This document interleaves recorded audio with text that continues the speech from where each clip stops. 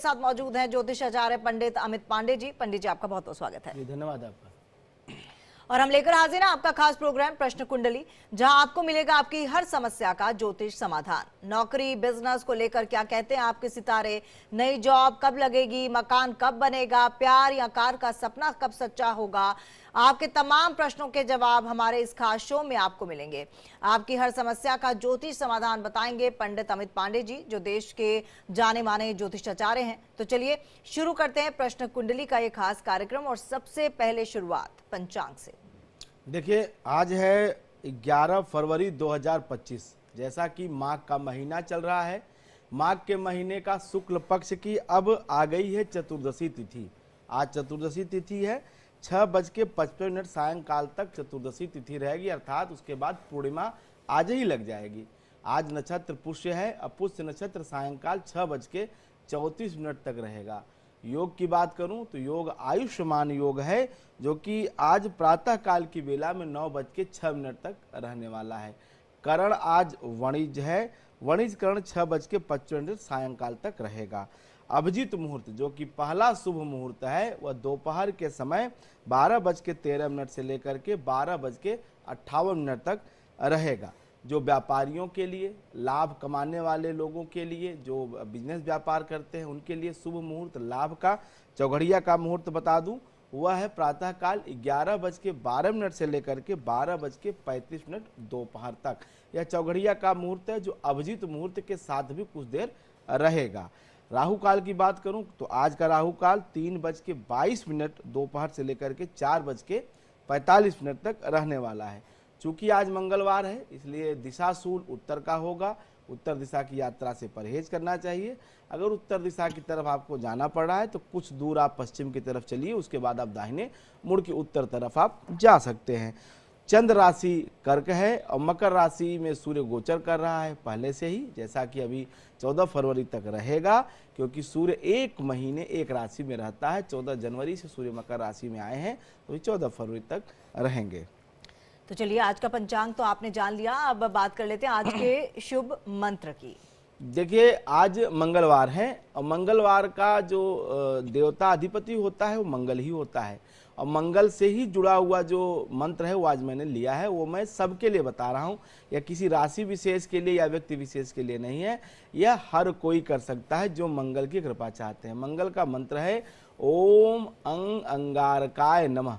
ओम अंग अंगारकाय नमः, यह मंगल का मंत्र है। इसका 7000 जप संख्या आप कर सकते हैं आज के दिन। 7000 जप करने में लगभग 90 मिनट का समय लगेगा। ओम अंग अंगारकाय नमः 90 मिनट के लिए आप बैठ जाइए और इस मंत्र को जप करिए। अगर आपके पास माला है रुद्राक्ष की तो अच्छी बात है, नहीं तो आप 90 मिनट का एक टाइम लगा लीजिए, एक अलार्म लगा लीजिए और 90 मिनट लगातार इस मंत्र को जप करिए। मंगल ग्रह की शांति होती है और मंगल कृपा से आर्थिक उन्नति होती है और सबसे बड़ी बात कर्ज मुक्ति होती है। आगे बढ़ते हैं और बात कर लेते हैं शुभ उपाय की, ताकि आपका आने वाला समय बेहतरीन हो। देखिए, आज जो मैंने शुभ उपाय लिखा है वो हनुमान जी महाराज को समर्पित है। चूँकि मंगलवार के दिन हनुमान जी की पूजा विशेष फलदायी होती है। मंगलवार को ही, मंगल के ही दिन भगवान का जन्म माना जाता है हनुमान जी महाराज का, तो इसलिए ये जो आज मैं उपाय बता रहा हूँ हनुमान जी से जुड़ा हुआ है। क्या करना है, हनुमान जी को तुलसी दल अत्यंत प्रिय माना जाता है। तो जब आप उनकी पूजा करें, आज उनका दर्शन करने मंदिर जाएं या घर में जब आप उनकी आरती इत्यादि कर रहे हैं, तो जब भी आप प्रसाद चढ़ा रहे हैं तो उसमें तुलसी दल जो है जरूर उनको आप अर्पित करें। तुलसी दल आप उनको जरूर चढ़ाएं। हो सके तुलसी की माला पहनाएं, नहीं पूरी तुलसी की माला आप पहना पाते हैं तो तुलसी दल जरूर उनको विषम संख्या में 5 या 7 की संख्या में जरूर उनके श्री चरणों में अर्पित करें। ऐसा करने से हनुमान जी की कृपा मिलती है, इष्ट की सिद्धि होती है। जो भी आपका अभिष्ट है, जो भी आप मनोकामना चाहते हैं कि पूरी हो जाए, हनुमान जी महाराज की कृपा से तुलसी दल अर्पित करने से, हनुमान जी की प्रसन्नता होने से आपकी मनोकामना जरूर पूर्ण होगी। तो मनोकामना आपकी पूर्ण होगी। अब रह जाता है वास्तु टिप। तो आज का वास्तु टिप क्या है? देखिए, आज का वास्तु टिप बहुत सामान्य सा है, लेकिन बहुत जरूरी, बहुत आवश्यक है। प्रायः लोग जब अपना मकान बनवाते हैं, मकान बनाते समय ज़मीन के अनुसार अपने घर के कमरों को, सीढ़ियों को इधर उधर करते हैं, लेकिन थोड़ी सी गलती बहुत भारी पड़ती है जीवन पे। पूरे परिवार के ऊपर इसका नकारात्मक प्रभाव आता है। वो क्या है? वो है सीढ़ी। घर में सीढ़ियाँ होती ही हैं, जब भी आप मकान बनाएंगे सीढ़ियाँ जरूर बनाएंगे, बिना सीढ़ियों का मकान होता ही नहीं। इसलिए सीढ़ी जब भी बनवाएं तो एक बात ध्यान रखें कि सीढ़ी जब भी घूमे, घूमने का मतलब है चढ़े और घूमते समय वो हमेशा सीधे हाथ पे, दाहिने हाथ में दक्षिणावर्ती जो है सीढ़ियाँ होनी चाहिए, कभी वामावर्ती सीढ़ी नहीं होनी चाहिए। ये वास्तुशास्त्र का नियम है। आप सीढ़ी पे चढ़े, जहाँ से वो टर्न ले रही है सीढ़ी, घूम रही है, वो आपके दाहिने हाथ मतलब दक्षिणावर्ती सीढ़ी होनी चाहिए। कभी भी वामावर्त सीढ़ी का निर्माण नहीं करना चाहिए। उससे कहीं न कहीं कुल का, अपने परिवार का नुकसान होता है और तमाम तरह की दिक्कतों का सामना करना पड़ता है। ऐसे अगर आप घर में रहते हैं जहां जो है वामावर्त सीढ़ी बनी हुई या उल्टे हाथ की तरफ जो सीढ़ी घूमती है, वो सीढ़ी दोषयुक्त होती है और वह जो है कहीं न कहीं वास्तु दोष को जन्म देती है। इसलिए अगर आप मकान बना रहे हैं इस समय तो आप जरूर ये ध्यान रखें कि जो सीढ़ी बना रहे हैं उसमें आप जो उसका घुमाव हो दाहिने हाथ की तरफ हो, दक्षिणावर्त सीढ़ियाँ ही शुभ मानी जाती हैं। चलिए अब कॉलर्स का सिलसिला शुरू करते हैं और सबसे पहले हमारे साथ जो कॉलर जुड़े हैं, आप अपना सवाल कर सकते हैं। विमल नाम है इनका। प्रणाम ये आशीर्वाद जी। मेरी गुरु जी मानसिक स्थिति ठीक नहीं रहती है और मन उच्चाटन टाइप का रहता है। कहाँ से बोल रहे हैं? कितनी आयु है आपकी? मेरी आयु 29 है। मेरा नाम विमल है, मैं भिलाई से बोल रहा हूँ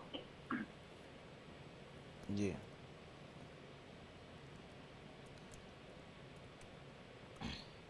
देखिए विमल जी, जो आपकी स्थिति बता रहे हैं कि मुझे जो है उच्चाटन रहता है, मेरा मन नहीं लगता है, जो मैं देख पा रहा हूँ उस हिसाब से आपको बता दूं कि ये जो परिस्थिति बनी है ये लगभग 1-1.25 साल से स्थिति बन रही है।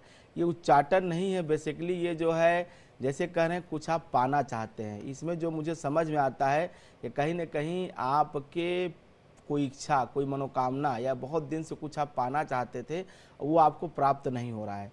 जब व्यक्ति की आकांक्षाएं पूरी नहीं होती है और उसको पाने के सारे दरवाजे बंद हो जाते हैं तो उसकी जैसे कहते हैं एक पीड़ा, एक कसक मन में रह जाती है। और ये बाबू मैं तो यही कहूँगा कि जो आप प्राप्त करना चाहते थे अब उसके प्रति इतना ज़्यादा आपका लगाव ठीक नहीं है, क्योंकि जब तक आप उससे जुड़े रहेंगे और उसको बार बार पाने की कोशिश करेंगे या ये सोचेंगे आपको क्यों नहीं मिला या ऐसा क्यों नहीं हुआ, तब तक आपका मन दुखी रहेगा। चाहे 1 साल बीत जाए, चाहे 10 साल बीत जाए, चाहे 50 साल बीत जाए। प्रायः ऐसा अक्सर मैंने देखा ये प्रेम संबंधों को लेके होता है। और अब आप उसको भूल जाइए उन तमाम विषय को, और जीवन में बहुत सारी चीज़ें ऐसी हैं कि जो अब आपको सपोर्ट करेंगी, जो आपको आगे ले जाएंगे। आपको उस पर ध्यान देना चाहिए, क्योंकि इस तरह की चीज़ों पे अगर आप अटके रहेंगे तो ये उच्चाटन, ये मानसिक स्थिति ठीक नहीं होगी, क्योंकि अब वो आपको मिल नहीं सकता है। अब आप उसको भूल जाएं ही बेहतर है। तो चलिए आगे बढ़ते हैं और लगातार कॉलर्स हमारे साथ जुड़ रहे हैं। शावन्या हमारे साथ जुड़ी हैं अगली कॉलर। शावल्य, क्या सवाल है आपका? हेलो जी, अपना सवाल कर सकते हैं आप। पंडित जी, मैं अहमदाबाद से बोल रहा हूँ। मुझे ये पूछना था कि मुझे मैं अभी नौकरी कर रहा हूँ, मुझे नई नौकरी के अवसर कब मिलेंगे? आवाज थोड़ा जोर से बोलिए, समझ नहीं। कहाँ से नई नौकरी के अवसर कब मिलेंगे? अपनी जन्म तिथि बता दिए। मैडम एग्जैक्ट तो पता नहीं है, बस 30 जो मार्कशीट में लिखी होती है। कोई बात नहीं, अपनी आप उम्र बता दीजिए बस। 40 साल के आसपास। 40 साल। क्या नाम बताया आपने अपना? शावल्य। सावलिया। सावल्य, सा से नाम है? सावलिया, हाँ सर से नाम। अच्छा ठीक है। आप हम कहाँ से बोल रहे हैं? गुजरात से? अहमदाबाद से। हाँ, अहमदाबाद। ठीक है।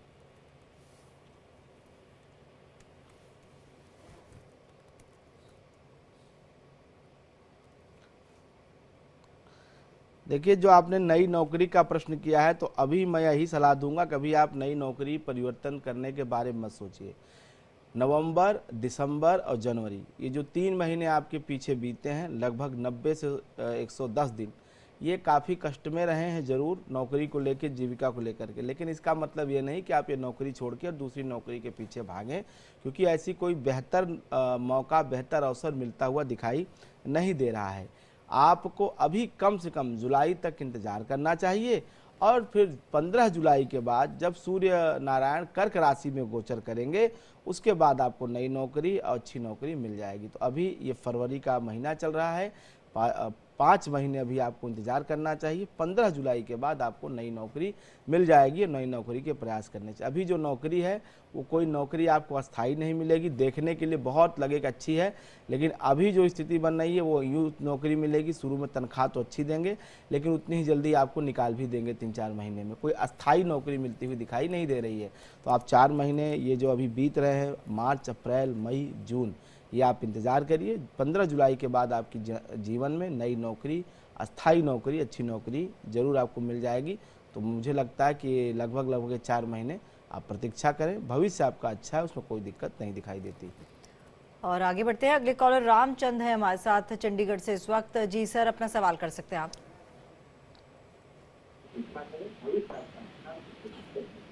रामचंद जी अपना सवाल हेलो जी सर, क्या सवाल है आपका? हाँ, मैं लड़की के बारे में पूछना है जी। जी जी, क्या उसके भविष्य के बारे में पूछना, क्या करेगा, कैसे रहेगा, जॉब मिलेगी कि नहीं मिलेगी? ठीक है, आप अपने लड़के की जन्मतिथि बता दीजिए। और 13/3/93 है जी। 13/3/93, ठीक है। समय? हाँ, 3:20 शुक्रवार की रात को। 3:20 रात के। और 3:20। हाँ जी, हाँ जी। स्थान? हेलो, हाँ जी, स्थान जी। टेलीविजन सेट का वॉल्यूम आपका चंडीगढ़ जी, ठीक है। चंडीगढ़ है, ठीक है। तो सवाल है इनका कि भविष्य कैसा रहेगा। इन्होंने तो लगभग सभी पूछ लिया, क्या छोड़ा।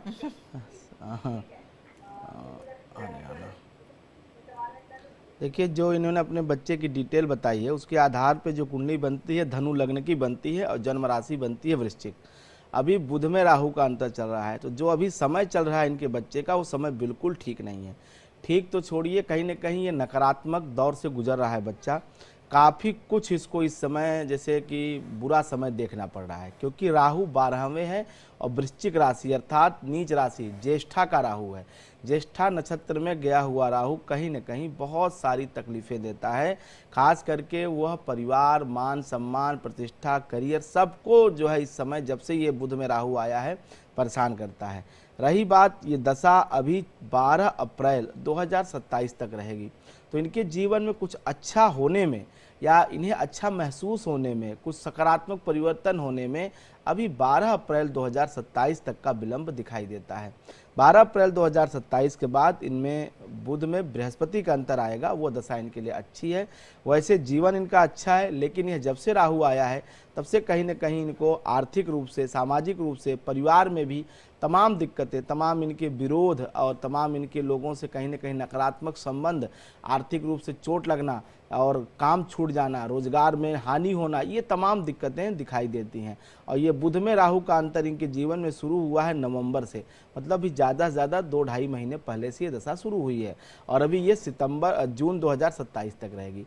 तो इस समय आप इनसे कहिए, एक उपाय बता देता हूँ कि नियमित रूप से भगवान शिव के मंदिर जाना शुरू करें। अगर नहीं जा सकते हैं तो घर में ही भगवान शिव की पूजा करें और मृत्युंजय मंत्र का जप किया करें। नहीं तो 2.5 वर्ष का जो कालखंड है 25, 26 और जून 27 तक का, ये बहुत इनको तंग करेगा, इसमें बहुत सारा नुकसान होगा और जिसका प्रभाव पूरे जीवन रहेगा। तो 2.5 वर्ष इन्हें मन लगा करके भगवान शिव की आराधना करनी चाहिए। और सबसे बड़ी बात, किसी से लड़ाई नहीं करनी चाहिए कि कोई अगर कुछ गलत बोलता भी है थोड़ा सा एडजस्ट करने और चीज़ों पे रिएक्ट तुरंत ना करें, क्योंकि इसमें शरीर में क्रोध बढ़ता है, दुख बढ़ता है, पीड़ा बढ़ती है और व्यक्ति कहीं ना कहीं बहुत लाउड रिएक्शन देता है जो उसके ऊपर ही बाद में जाके भारी पड़ता है। तो ये सावधानी रखें, भगवान शिव की उपासना करें, अच्छा होगा। अगले कॉलर अरुण सिंह है हमारे साथ। जी अरुण जी, क्या सवाल है आपका? गुरु जी को प्रणाम। जी प्रणाम। हेलो जी, मैं ये अपने बच्ची के बारे में जानना चाहता हूँ जो है। जी हेलो जी जी बोलिए, सुन रहा हूँ। हाँ, बच्ची के बारे में जानना चाहता हूँ। उसका नाम है देवांशी सिंह जी। और उसकी जो जन्म तिथि है वो 15 अक्टूबर की रात और 16 अक्टूबर की सुबह 4 बजे है। जी साल कौन सा था? ये 2007। जी और जन्म स्थान है आजमगढ़, उत्तर प्रदेश। जी, ये 4 बजे भोर का जन्म है ना बिटिया का? हाँ, 15 अक्टूबर की रात थी, 16 अक्टूबर की सुबह थी। ठीक है, 16 की ही रात 12 बजे के बाद डेट चेंज हो गई, जो आज आधुनिक पद्धति है। तो 16 अक्टूबर 2007 सुबह 4 बजे आजमगढ़। आजमगढ़, उत्तर प्रदेश। जी, क्या पूछना है इसके बारे में? ये बच्ची के करियर के बारे में जानना चाहते हैं जो है। देखिए, इसके 10वें भाव में मंगल बैठा है, तो करियर शासन प्रशासन से जुड़ा हुआ होगा। एक बात, लग्न में चूंकि सूर्य है और सूर्य मंगल के नक्षत्र में है, तो करियर कहीं न कहीं यहाँ से भी सरकारी सेवा में शासन प्रशासन से जुड़ा हुआ होगा। लेकिन एक बात दादू अरुण जी, कि अभी जो इसकी दशा चल रही है बिटिया की, वो ठीक नहीं चल रही है, क्योंकि केतु की दशा है और केतु बिटिया के 12वें भाव में बैठा हुआ है। और केतु जो है अपने ही नक्षत्र में जरूर है, लेकिन केतु में ये जो बृहस्पति का अंतर है, ये शिक्षा में कहीं न कहीं बाधा खड़ी कर देता है, स्वास्थ्य में बाधा खड़ी कर देता है, क्योंकि बृहस्पति इसका मार्केश है। और मार्केश होने की वजह से कहीं न कहीं सेहत बहुत इसकी जो है अप एंड डाउन करती है। लीवर से और मस्तिष्क से जुड़े हुए रोग होते हैं, माइग्रेन हो जाता है, कभी पेट में कोई समस्या हो जाती है। तो इस तरह की बीमारियों से बच्चे परेशान रहते हैं, और ये रहेगी अभी 9 सितंबर 2025 तक। तो आप थोड़ा सा इस बच्ची के लिए, चूँकि केतु बृहस्पति का है, तो आप किसी भी जो है जिस दिन शिववास हो या मासिक शिवरात्रि के दिन, त्रयोदशी के दिन, इस बच्ची के हाथ से गंगा जल से या कुशोदक से रुद्राभिषेक जरूर कराएं, क्योंकि ये सेहत के लिए बहुत ज़रूरी है। सेहत अगर ठीक रहे तो बच्ची बहुत अच्छा करेगी। और बृहस्पति और चंद्रमा दो ग्रह जो कि गजकेसरी योग का निर्माण करते हैं, तीसरे भाव में बैठे हैं, तो सरकारी सेवा में इसको ज़रूर आप ले जाएं, उसकी तरफ आप इसको तैयारी कराएं, प्रेरित करें, हमेशा इसका साथ दें, तो निश्चित रूप से अच्छा करेगी। लेकिन ये जब तक केतु में बृहस्पति और शनि, ये 2 ग्रह बैक टू बैक हैं, ये इसके लिए मार्केस का कार्य करते हैं, इसके लिए सेहत को ख़राब करते हैं, पढ़ने नहीं देते हैं, रोज़ कुछ न कुछ बीमारी लगी रहती है हर 3 महीने 2 महीने पे। तो ये उपाय भगवान शिव का कराएं, रुद्राभिषेक कराएं, सेहत ठीक होगी, करियर अच्छा रहेगा। आगे बढ़ते हैं, क्योंकि सवाल करियर से जुड़े हुए बहुत आ रहे हैं, नौकरी से जुड़े हुए बहुत आ रहे हैं पंडित जी। और आज क्योंकि हनुमान जी का दिन होता है, तो मैंने सुना है कि हनुमान जी की पूजा करने से और कुछ ऐसे आज के दिन कुछ ऐसे आप